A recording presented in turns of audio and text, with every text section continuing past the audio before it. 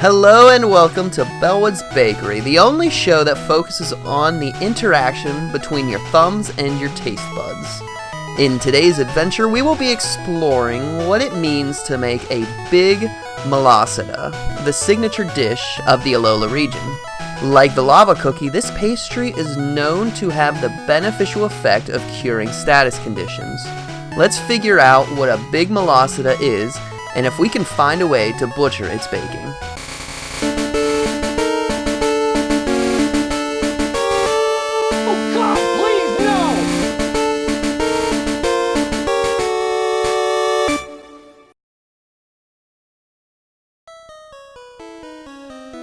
The Malasada is a type of donut created using yeast and sugar. According to Wikipedia.org, which is God's greatest gift to mankind just after the sit and spin, the Malasada is a traditional dish from Portugal, though it has been adapted in several ways.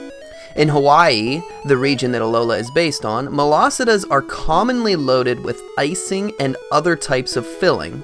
They are traditionally made on Fat Tuesday to use up extra butter and sugar before the Lenten season. As is tradition, we are going to use a Google-free recipe.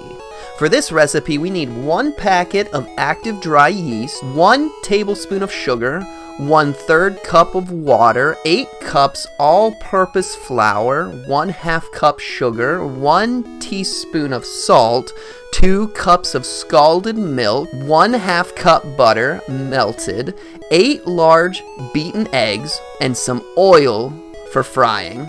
You are also going to need some sugar to coat the outside of the donuts. Before we start making the Malasadas, however, we need to get the custard filling ready. Based on the Sprite, the Big Malasada contains reddish pink filling, so we're going to make a frosting and use food coloring to get it to this color.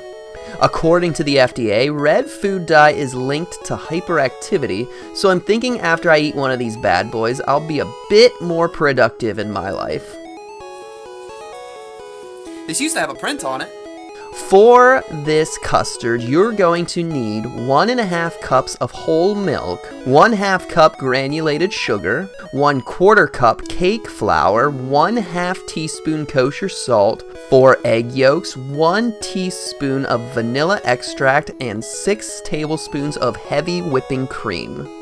In a small bowl, mix the sugar, flour, and salt. In a second bowl, whisk together egg yolks until they are well combined, a process that usually takes about 30 seconds. Slowly whisk in the flour mixture until it becomes so thick and pasty that Elmer himself will try to market it. Then, using a medium saucepan on medium heat, warm the milk until bubbles just start to form around the edges of the pan. Remove the milk from the heat and slowly drizzle it into the egg mixture while whisking constantly. Scrape the egg mixture back into the saucepan and place it over medium heat, whisking constantly until the mixture thickens and comes to a boil. This process takes about 3 minutes, which is just long enough to contemplate your life's choices and why you own over 100 Nintendo Switch games. But this one's rare. Boil, whisking for 10 seconds until the cream becomes thick and glossy without any foam at the top, and immediately remove it from the heat. Pour the cream through a fine sieve over a small bowl. For those of you uncultured folk like me, a sieve is a fine colander that catches small particles like cheese curds, milk fat, and any other impurities that may have formed in your cooking. Whisk in the vanilla along with about 8 drops of red food dye. You can add more if you want a more vibrant red color that will have your attention span saying, We should almost be done. Hey, squirrel! Wait, that's not a squirrel. That's a pine cone. No, the pine cone's moving. Why is it moving? Cover your icing with plastic wrap, pressing the wrap against the surface to prevent a skin from forming. Place it in the refrigerator and chill it for at least 4 hours. After finishing your icing and putting it away, dissolve the yeast and the tablespoon of sugar in warm water.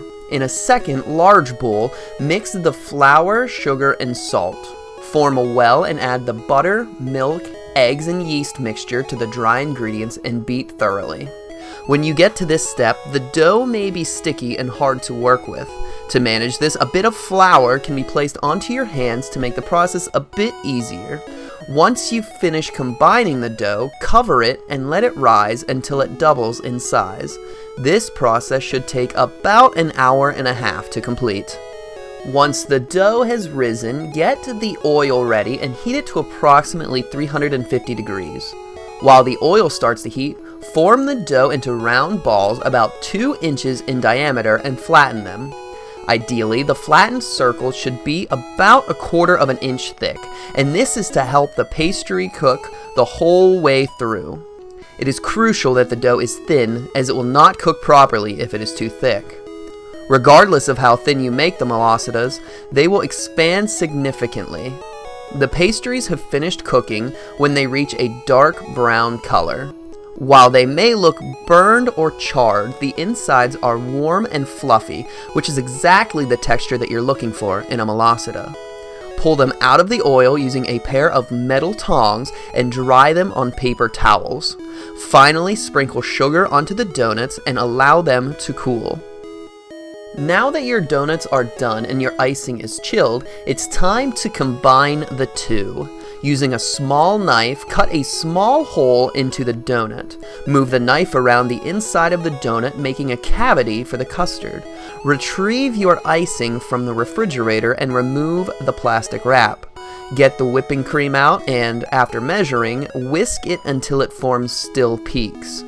Fold in 1/3 of the cream into the icing and combine the two until no white streaks are seen. Add the remaining cream in and combine again, ensuring that no white streaks can be seen. While we didn't need to add additional food coloring, you may need to add an extra drop or two of red to get the desired color that you're looking for. Put your custard into an icing bag.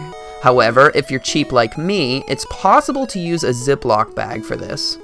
Squeeze the icing into the center of the pastry and repeat the process for each donut. After loading the pastries, you can say you are officially done with your malasadas and are ready to consume more calories than a McDonald's Big Mac. But these are called Big Malasadas in the game, so what would happen if we tried to increase the size of the pastries? To answer this question, we made a donut roughly 4 times the size of the smaller ones and dropped it into the oil. Though it took slightly longer to cook than its smaller brethren, the Big Malasada came out well, despite being deformed slightly. Filling this donut was much easier than the small ones though, as the dough did not need to be separated much as a natural cavity had formed inside the malasada. However, curiosity got the best of me, so I decided to make an even bigger malasada. This pastry was about twice the size of the previous one and took up nearly the entirety of the oil pan. In fact, while dropping it into the oil, it folded in on itself and I had to wait until it had cooked and shrunk slightly to fix it. Even after cooking it and pulling it out, I wasn't out of the woods. Unlike the previous pastry, this malasada proved to be quite the hassle for stuffing.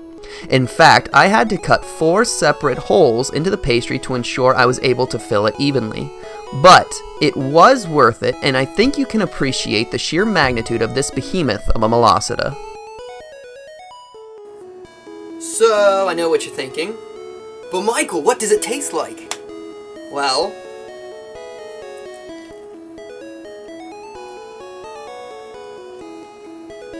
tastes like I can hear Wilford Brimley saying, "I too have diabetes."